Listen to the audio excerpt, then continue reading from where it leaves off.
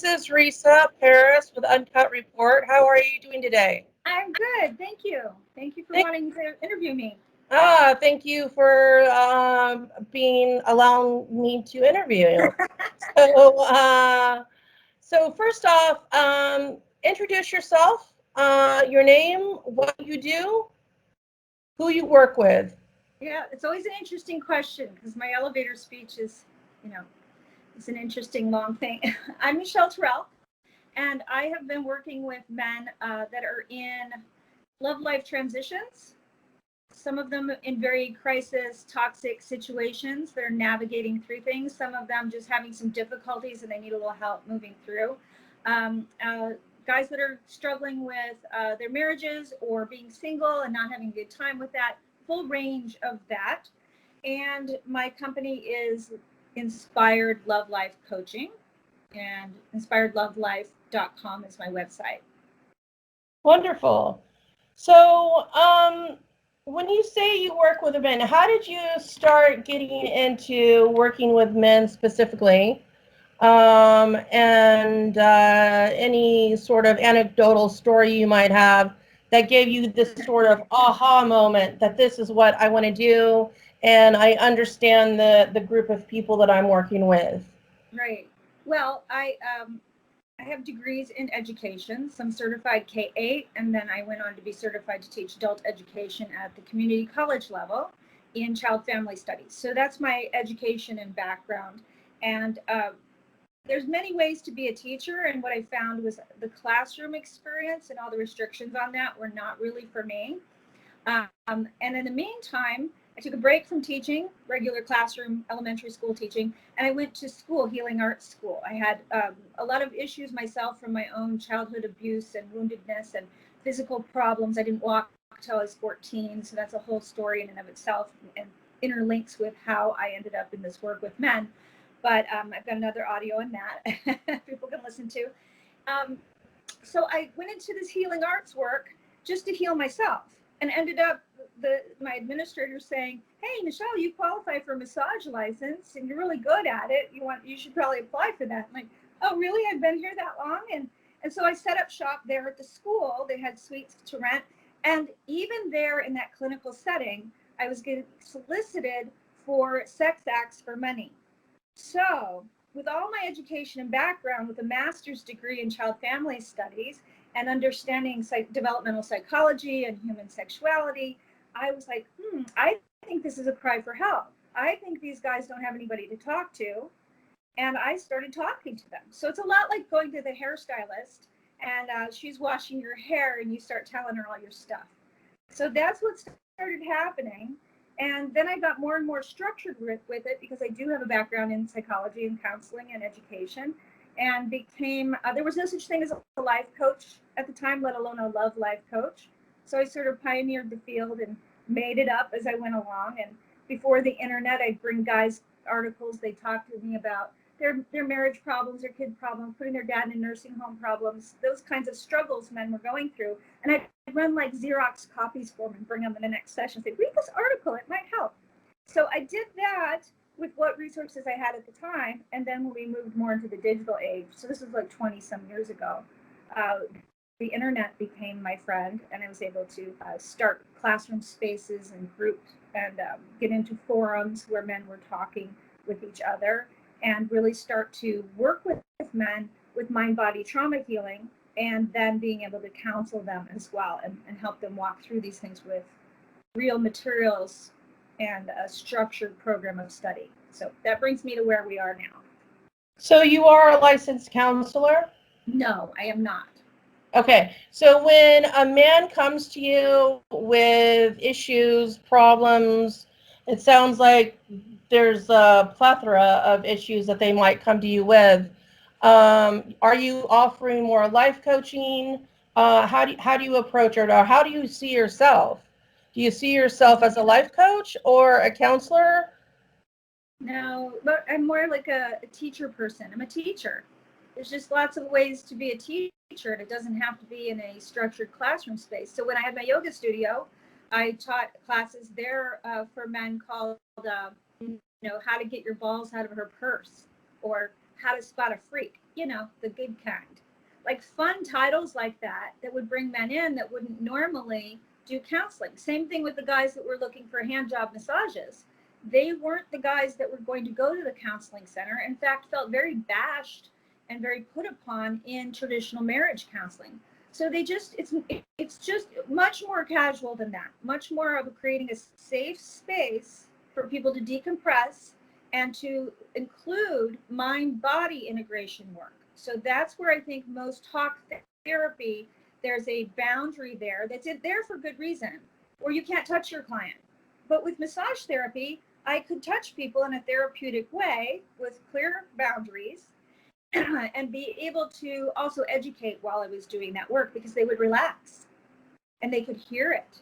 And so I became, I would say, I'm more like that savvy big sister that's had some worldly experience and will tell you about girls and how they are. And also I do have that clinical education and academia behind me as well. But I try to keep it more in a space where men can relax and not feel like it's such a clinical experience. So I wanted to bring up with you, especially with the Me Too movement currently in progress, we hear a lot about toxic males, toxic dads, kind of runs the gamut, men, bad guys.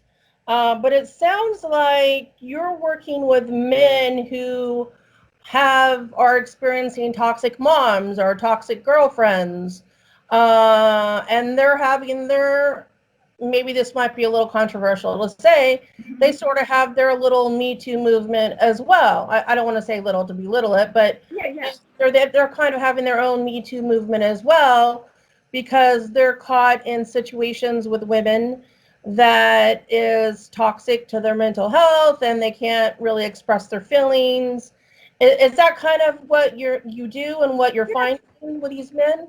I am, and there's a subculture. Definitely, there is a subculture brewing underneath, and a lot of that is very toxic. So there's a lot of bitter, angry people, and I don't think that that's a man or a woman thing. I think that's a lack of support thing, a lack of education thing.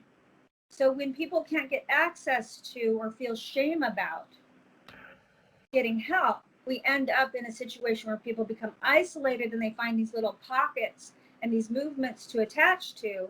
And it's very blamey, shamey, pointing fingers, and it's something in the right direction. It's movement, it's energy, it's passion, it's finally expressing, it's kind of bursting to the surface, and so that it can be addressed.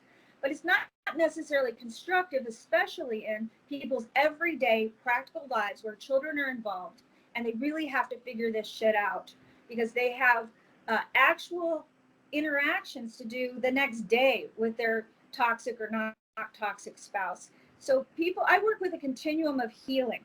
So if people are below stage 3 in these 12 stages of healing in this assessment I work with, they're going to have more toxic attractions, toxic experiences, and be bewildered and overwhelmed and not able to cope with somebody that's coming at them with a lot of vengeance or anger or rage. They're going to crumble and fall apart.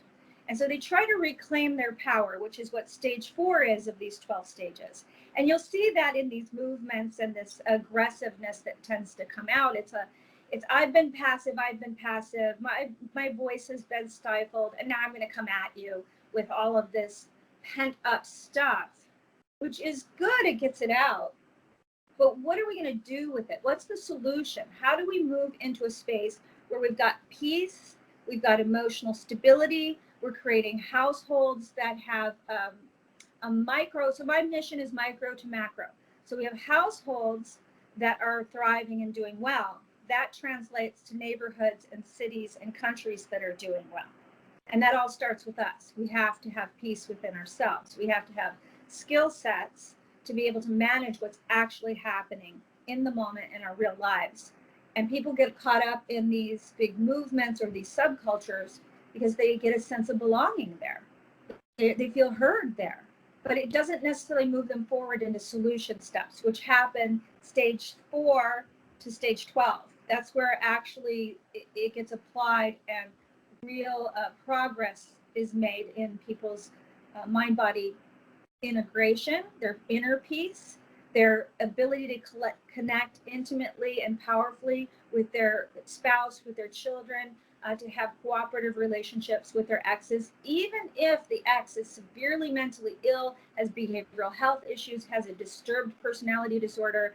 There are things that you can do that help you have a better experience in that situation. And that's what I help people with. Okay. So going back to the Me Too movement, I've heard on many a talk show and news articles that many men feel like they're under attack with the Me Too movement. What are your thoughts about that? Do you think men are under attack and not heard or fully appreciated?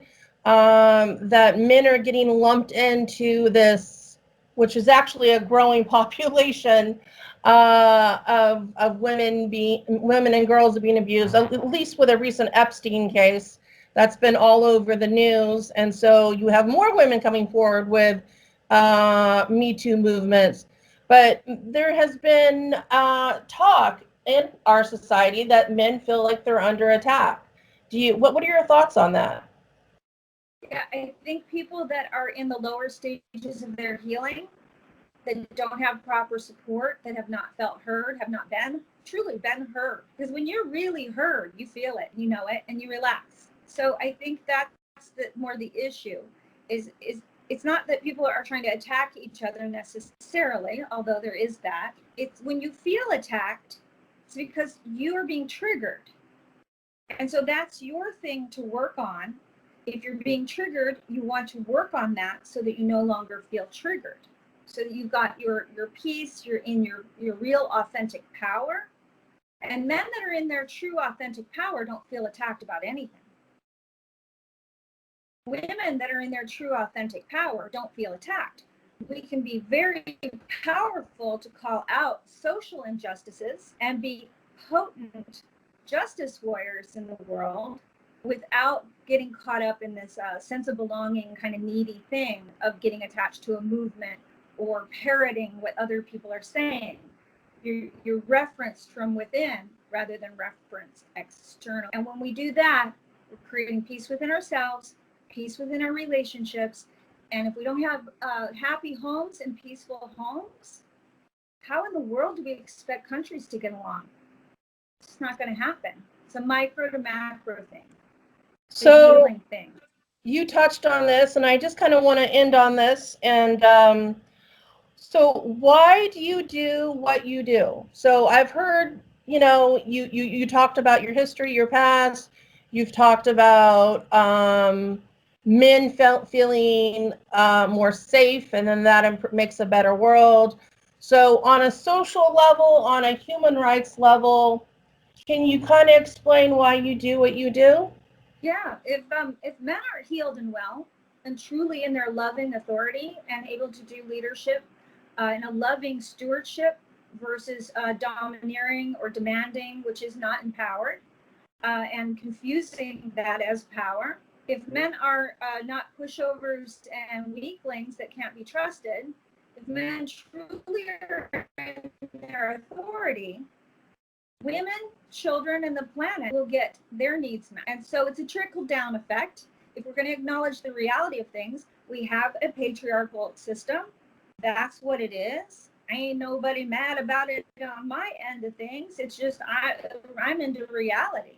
So the reality is that. So that means heal the men, and then everything else gets taken care of. And there are a lot of agencies. So why do I do it? There are a lot of movements, girl power movements. There's already a lot out there to take care of women and girls, and that's a rising movement. And the women I work with, they catch on to this stuff really quickly because they're already doing their work, and they're already inclined to be able to emotionally process and have a higher emotional, intuitive intelligence because they're just hardwired for that. This is a learning curve men have, and they need support and they need help, and they are not feeling safe to speak up because they're confused. They don't have the skill set to navigate that. So what I find is when good men know how, they do. And when men that are bad men, toxic, abusive men know how, they weaponize it. So people do take my work and weaponize it. That's the reality of things. But mostly 22 years talking to men, it's mostly good guys that want to protect and provide. They want to do the right thing. They just don't know how. And when they think they're doing the right thing, they're actually not treating women like equals. And that's really what they want. They're just going about it in the wrong way. They're doing what they were already taught, what the normative culture has taught them. We need a new normal. We need to upgrade now. We need to shift into the new thing. So why do I do this? Because I'm a social justice warrior, because I want world peace. I want to be an agent of world peace. I'm a thought leader, whether I like it or not. I've got this little niche market and I have a voice and I have a little bit of a following and an audience that listens to me. So I'm going to use that. I'm going to use that for good. And, you know, it feeds my kids. I'm a single mom. I pay my bills myself, and it's a way to do the work I love and also pay my bills. That's everybody's bottom line. And everybody should do work they love and be able to pay their bills. Well said. Well, thank you so much, Michelle. I have more questions for you as we continue this interview. I want to thank you for your time today. You certainly said a lot of, I would think, eye-opening statements, especially in light of the Me Too movement that has gotten a lot of traction over the past 2 years, I would say. And it certainly gives a different perspective on an important social issue. Next time we meet, I want to talk about differences between men and women, and then children, impacts on children. Yes. So I look forward to speaking with you again. Thank you. All right. Thank you, Risa. Bye. Bye.